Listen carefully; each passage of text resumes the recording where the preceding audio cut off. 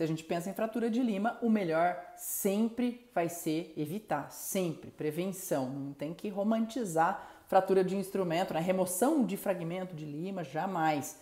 Aconteceu, ótimo que a gente tem recursos que podem ajudar na remoção de uma maneira relativamente previsível. No entanto, a gente tem que lembrar que tudo custa, né, pessoal? Porque mesmo você fazendo a remoção, às vezes você tá, às vezes não, né? Boa parte das vezes você tá desgastando estrutura dentinária ali, intraradicular, que não precisaria ser desgastada. Então, a melhor coisa que a gente pode fazer é prevenção. E nesse sentido de prevenir, né? Como que eu vou até perdendo o meu medo, perdendo o receio, às vezes, de acontecer uma fratura de instrumento, né? Seguindo os princípios ali de uso adequado. Lembrando que a fratura ela pode acontecer por dois motivos principais. Um deles seria a fadiga cíclica, ou seja, aquele material foi usado além do limite, além do que seria o recomendado, né? E não existe aqui uma regra, não é um negócio totalmente matemático que você fala, olha, esse daqui é um determinado número de canais, exatamente isso. Claro que dá pra gente, dependendo de como a gente usa esse sistema, né? O número de limas, o que é a proposta de cada lima, o quanto cada lima dentro de um protocolo de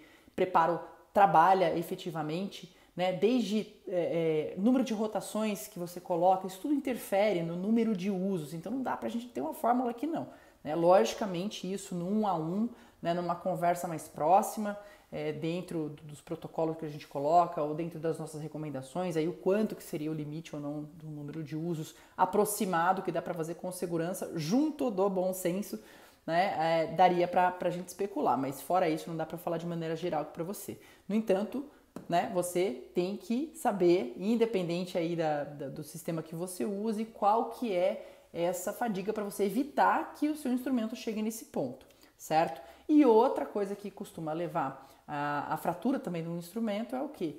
Né, daí já é por torção, uma fratura torsional, ou seja, que você tem às vezes um uso inadequado daquele instrumento, ele travou de alguma forma ali que você, mesmo aquela lima ela não tendo sido usada repetidamente, ela pode sofrer essa fratura. E aí nesse sentido, uma sacada que eu dou para você evitar esse tipo de fratura é extremamente simples, tá? Marca isso daqui, se você cuidar disso daqui, fizer o controle de número de usos, sabendo usar o sistema rotatório reciprocante aí dentro do seu protocolo de preparo, a chance de você fraturar um instrumento diminui drasticamente. Então, com relação a essa fratura torsional, você pode falar, poxa, mesmo uma lima nova, como que eu vou evitar que essa lima frature? Usando ela de maneira adequada, e um dos princípios que funciona, que ajuda bem a reduzir essa chance de fratura, trabalhe ou ponta ou corpo de instrumento por vez, tá? Dependendo do momento do preparo que a gente está, logicamente isso dentro de um contexto maior, dentro de um sistema ali de lima que a gente selecionou, ou de determinada sequência de instrumento, cada instrumento ele vai ter uma função em determinado ponto do preparo. Vamos supor, estou preparando corpo de canal ou estou preparando terço apical. Se eu estou preparando o corpo de canal e às vezes eu estou usando uma lima aqui que é uma lima de glide.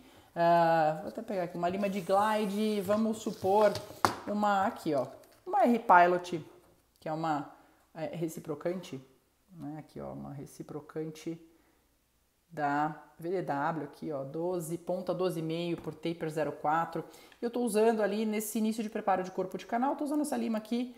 Eu passei só uma lima 10 às vezes manual antes para criar um glide manual e depois já fui com esse instrumento. Então, naquele momento, esse instrumento ele vai ser mais utilizado o que? Na ponta, tá? Eu tô com ele buscando, eu tô buscando aquele uso, mas considerando a ação da ponta do meu instrumento, ponta e os primeiros milímetros, mas eu não estou necessariamente naquele momento usando todo o corpo, tá? E aí às vezes eu vou usar pensando num outro momento do preparo, né, e que eu estou ainda em corpo de canal. Poxa, agora eu quero fazer aqui, é a hora que eu vou realmente, né, focar, não que eu vou fazer só, mas eu vou focar num desgaste anticurvatura. Já preparei um glide, enfim. E agora eu vou fazer um desgaste anticurvatura deste corpo de canal, ou seja, terço cervical e médio. E aí eu vou usar aqui, vamos supor, esse instrumento aqui acho que é uma ProDesign S3010, tá? Então essa lima 3010, eu não vou, nesse momento aqui, a ponta dela ela vai estar com a atuação extremamente reduzida Por quê? Para eu fazer aqui um desgaste de curvatura focando, né, e com esse instrumento que ele tem aí um design, né, e é uma fabricação bastante favorável para um desgaste de curvatura aí mais expressivo, eu vou atuar o quê? Eu vou atuar aqui com esse corpo do canal, do instrumento, tá? Eu vou atuar muito mais jogando o meu instrumento contra a parede no sentido anticurvatura, e o foco da ação desse instrumento não vai estar na pontinha não, vai estar aqui, ó, deu um intervalo aqui, deixou a pontinha meio livre, eu vou trabalhar o corpo dele, tá? Então, se eu atuar com um instrumento de acordo ali com o momento do preparo e com a proposta daquele instrumento para aquele momento, se eu vou atuar mais em ponta ou mais em corpo, e se eu souber diferenciar isso e manter isso de maneira segura, eu com certeza tenho minimizado aí o risco de uma fratura, né, por conta aí de um uso incorreto, uma fratura torsional. Você fala, pô, mesmo aquela lima lá, poxa, era primeiro uso e fraturou. Eu evito passar por esse tipo de situação. Tá ok? Um grande abraço, um grande beijo. A gente se vê na próxima.